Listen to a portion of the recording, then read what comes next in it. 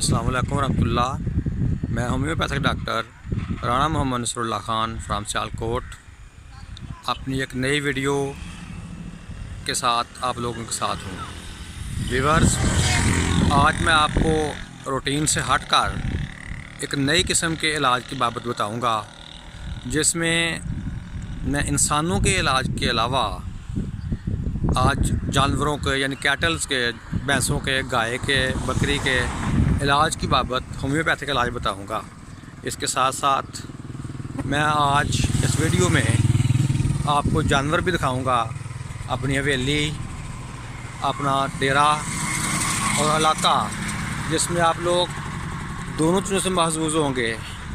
एक तरफ तो जानवरों का इलाज और उनकी अलामत आप तक पहुंचेंगी, तो दूसरी तरफ आप हमारे माहौल से भी आगाह होंगे, चीज़ें आप देखेंगे, बहुत सारी यादें आप लोगों में से बाज़ की वाबस्ता होंगी इन चीज़ों से। ये सब चीज़ें आपके इल्म में भी इजाफ़ा करेंगी, आपकी यादों को भी करीब लाएंगी। ऐसा टोका है इतने पट्ठे को उतरने। ये अज की वीडियो में मैं उर्दू ते पंजाबी मिक्स ही लैके चलांगा अगे। हवेली है, डेरा है, यह बरामदा है जिथे गर्मी च या सर्दियों च डंगर बन्नने। यह तूड़ी अंदर पाई है, जोड़ा खुश्क चारा है डंगरां दा, सारा साल इस्तेमाल करना है। ये इलाज, सैर, डेरा, जानवर, ये सारी चीज़ें आज की वीडियो में बयान करूँगा, जिससे आप लोग महफूज होंगे। एक छोटी है, एक बच्चा है, यह साड़ी गाय है। आज की वीडियो में जो सबसे पहली बात, सबसे पहली दुआ मैं आप लोगों के सामने रखूँगा, वो है कि अमूमन जब बहार के मौसम से गर्मियों का मौसम आता है तो जानवरों में के पेट में शदीद गैस हो जाती है। ये किसी भी महीने में हो सकती है, इसमें कोई मौसम का ताल्लुक नहीं है। यानी जानवर जो हैं उनको पेट में अफारा हो जाता है और शदीद अफारा हो जाता है। बाज़ का तो इतना शदीद होता है कि जानवर नीचे गिर जाते हैं, उनसे चला नहीं जाता, उठा नहीं जाता, सांस आना मुश्किल हो जाता है। तो ये ज़िम्मेदारों के लिए और जानवर पालने वालों के लिए बड़ा मुश्किल अमर होता है कि जानवर जो इतना कीमती होता है, इसके मर जाने के भी इम्कान बढ़ जाते हैं। तो उसके लिए होम्योपैथिक दवाई काल्चिकम 200 में आप लें और 2-3-4 मिनट के वक्फे से वो जानवर जिसको अफारा हुआ है, शदीद पेट बंद हो गया हुआ है गैस से, उसकी ज़ुबान पे 2-3 कतरे डाल दें। 2-4 मिनट बाद फिर दोबारा डालें, तो उससे अल्लाह के फजल से 5-7 मिनट में ही जानवर की गैस निकल जाती है और जानवर बिल्कुल सेहतमंद होकर खड़ा हो जाता है। गाय का दुध चोण लगे ने तो बच्चा अपनी मां नूं दुध चुंगन दिया है ताकि पसम जाए, तो फिर अहीं दुध चोले गया था। तो नाज़रीन, अज की दूजी दवाई जिदा मैं तुहानूं बतौर खास जिक्र करना चाहना, वो वे कि जो मझां ने या गाइयां ने या बकरियां ने, बाज़ कात इन्हां दा जिहड़ा सिंग हुंदा है, इस सींग के अंदर यहाँ पे कैंसर हो जाता है। और ये जो कैंसर की बीमारी होती है जानवरों को, ये बहुत तकलीफ़ दे होती है। जानवर अपने सर को ज़ोर ज़ोर से मारता है, ज़मीन से पटकता है, दीवारों को मारता है, तकलीफ़ होती है। तो अमूमन इस बीमारी में चंद दिन या 2-1 हफ़्तों के बाद जानवर मर जाते हैं। इसके लिए जो इसका इलाज है होम्योपैथिक में, जो हमारी दवाई है सलेशिया, वो आप CM ताकत में यानी 1 लाख ताकत में हफ्तावार 2-3 खुराकें दें, यानी हर 8 दिन बाद दें। लेकिन अगर शिद्दत हो, मर्ज़ आगे बढ़ चुका हो, तो फिर ये CM की जो हैं, ये पहले 3 दिन रोज़ाना 1 खुराक दें, उसके बाद फिर 4 खुराकें जो हैं हर हफ्ता के बाद, यानी 8 दिन के बाद 1 खुराक रिपीट करें। और इसके साथ जो छोटी दवाई लेके चलनी है, वो आप कोनियम 200 में रोज़ाना 1 बार सुबह के टाइम, और रेडियो ब्रोमेटम 1000 में 1 दिन के वक्फे से, यानी रेडियो ब्रोमेटम 1 दिन देनी है, 1 दिन नहीं देनी। और कोनियम जो है वो रोज़ाना सुबह के टाइम एक बार देनी है। इस दुआ को जब आप कंटिन्यू करेंगे तो अल्लाह के फजल से बड़ी जल्दी जल्दी जो जानवर हैं उसके सींग का कैंसर जो है वो शफायाब होना शुरू हो जाता है और अमूमन मुस्तकिल आराम आ जाता है। आज की जो तीसरी दवाई मैं आप लोगों से शेयर करूंगा वो है कि ये जो जानवर हैं इनकी जो दुम होती है, एक तरफ तो ये जानवरों की खूबसूरती होती है, तो दूसरी तरफ ये उनके लिए बड़ी ज़रूरी होती है कि मक्खी मच्छर वगैरह जब उन पर बैठता है काटता है तो ये जानवर उसको दुम के ज़रिए उड़ा देते हैं। तो बाज़ का दुम को एक बीमारी लग जाती है जिसको हमारे इलाके में पंजाबी में कहते हैं कीड़ी लग गई है। उस होता यूँ है कि दुम नीचे से उस पहले जल्द ख़राब होती है, जल्द ख़राब होने के बाद वो नीचे से गलनी शुरू हो जाती है और ऐसी गलती है कि वो दुम आस्ता आस्ता जड़ जाती है, कुछ टूट के गिर के ख़त्म हो जाती है। जैसे ये एक भैंस देखें, इसकी दुम भी कटी हुई है। ये उस बीमारी से तो नहीं कटी थी, ये खड़ी थी एक दिन तो दूसरी मशीन थ्रेशर मशीन के एक व्हील में फंस गई थी, इसने ज़ोर से खींचा तो ये टूट गई थी। तो अमूमन जब वो बीमारी जब दुम को लगती है जिसे कहते हैं कीड़ी लग गई है, वो ऊपर से गलती है, गल के उतर जाती है। अमूमन ज़िम्मेदार उसका इलाज ऐसे करते हैं कि जहाँ से दुम ख़राब होती है उससे थोड़ा ऊपर करके काट देते हैं और उसको गर्म तेल में तल देते हैं और ये बड़ा तकलीफ़देह अमर है। इसके लिए आप होम्योपैथिक मेडिसिन सल्फ़र और पायरोजिनम 200 में लें, उनको मिला लें और सुबह शाम कुछ रोज़ाना सुबह सल्फ़र और पायरोजिनम सुबह एक टाइम दें, खाली पेट 2 4 5 कतरे उनके मुंह में डाल दें और शाम के वक़्त जो दवाई है सुराइनम जो है 1 ml उसको आप रोज़ाना रात को दें। यानी सुबह सल्फ़र और पायरोजिनम मिक्स करके 200 में, रात को सुराइनम 1 ml। इसको आप जब मुसलसल देंगे तो आप देखेंगे कि देखते देखते अल्लाह के फजल से बड़ी जल्द वो शफायाब जानवर हो जाएंगे, दुम बिल्कुल साफ़ हो जाएगी, जिल्द साफ़ हो जाएगी और दुम काटने से बच जाएगी। तो इसमें जो आज की चौथी दवाई मैं आपसे शेयर करूंगा वो ये है, ये हमारी थ्रेशर है। अब तो ये कंदम जो कटाई हो गई है और घाई भी हो गई है, ख़त्म हो गई है, फारग खड़ी है इधर।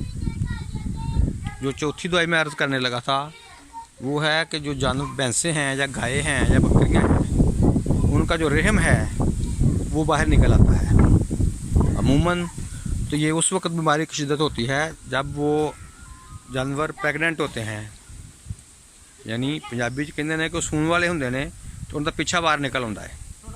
वो जो पिछा निकलता है बड़ी राखी करनी पैंदी है, छिक्की चाड़नी पैंदी है, तो बड़ा मुश्किल अमर होंदा है। बाज़ दफ़ा जानवर इन्ने शदीद जोर लाते हैं तो बाहर निकल जाते हैं। एक तो बाज़ दफ़ा जानवर कब्ज़ होंदी है, उहदे शिद्दत इजाफा हो जाता है। लेकिन असल जो होंदा है वे कि जिहड़ा रेम है उहदी जिहड़ियां दीवारां ने, उहदे जिहड़े मसल्स ने वो ढिले पै जाते हैं और यही बीमारी इंसानों में ख़वातीन में भी पाई जाती है, जिन्होंने कहते हैं रहम का गिरना। जब ये भैंसों का गायों का वगैरह का रहम गिरता है तो पंजाबी में कहते हैं ये डंगर पीछा मारता है। इसका जोड़ा इलाज है होम्योपैथिक मेडिसिन कोलोफाइलम 1000 ताकत। जब आप कोलोफाइलम 1000 ताकत में देंगे, इसको रोज़ाना सुबह शाम देनी है। और इसी तरह जो कलकीरिया फ्लोर है ये 200 में आप इसको भी सुबह शाम देंगे, 3 टाइम भी दे सकते हैं। कलकीरिया फ्लोर 3 टाइम सुबह दोपहर शाम, चंद कतरे जानवर जिसको ये मर्ज़ लाहक है उसकी ज़बान पे डाल दें। और जो कोलोफाइलम है वो 1 ml में सुबह शाम दें पहले 1 हफ़्ता, उसके बाद उसको दिन में 1 बार कर दें। और कलकीरिया फ्लोर को 200 को 3 की बजाय 2 दफ़ा कर दें। तो अल्लाह के फजल से ये इस बीमारी से भी, और ये बड़ी नामराद बीमारी है, जानवरों को अल्लाह ताला शिफा अता कर देते हैं। तो दोस्तों इसके अलावा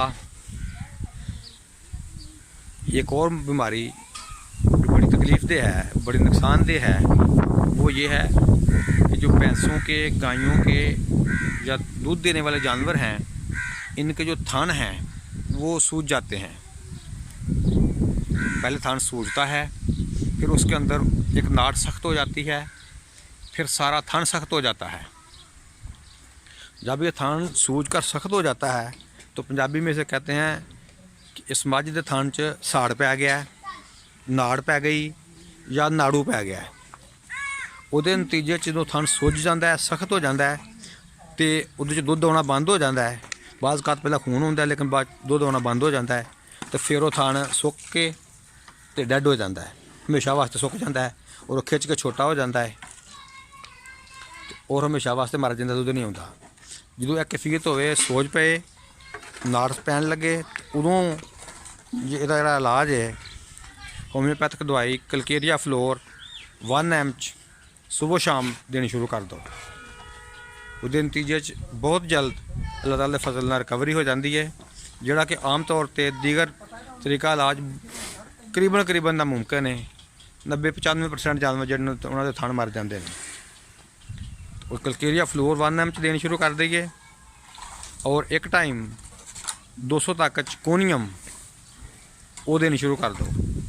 ਕੋਨੀਅਮ ਇੱਕ ਟਾਈਮ 200 'ਚ, ਕਲਕੇਰੀਆ ਫਲੋਰ 1000 'ਚ ਸੁਬਹ ਸ਼ਾਮ। ਅੱਲਾ ਦੇ ਫਜ਼ਲ ਨਾਲ ਉਹ ਥਣ ਮਰੇਗਾ ਵੀ ਨਹੀਂ ਔਰ ਡੈਡ ਸਖਤ ਵੀ ਨਹੀਂ ਹੋਏਗਾ ਔਰ ਨਾਰਮਲ ਹੋ ਕੇ ਦੁੱਧ ਦੇਣ ਲੱਗ ਪਏਗਾ।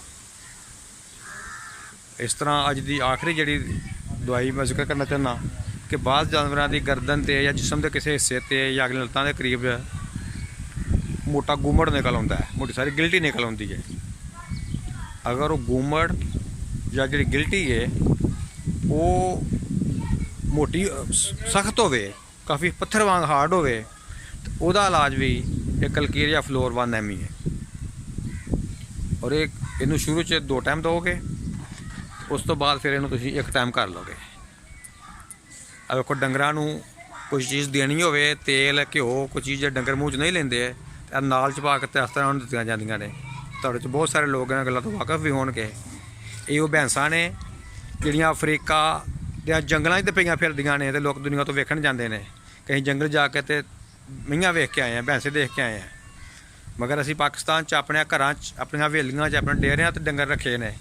ਉਹਨਾਂ ਦਾ ਦੁੱਧ ਚੋਂਦੇ ਆ, ਦੁੱਧ ਪੀਂਦੇ ਆ, ਦੁੱਧ ਵੇਚਦੇ ਆ ਤੇ ਇਹਨਾਂ ਤੋਂ ਫਾਇਦਾ ਵੀ ਉਠਾਉਂਦੇ ਆ।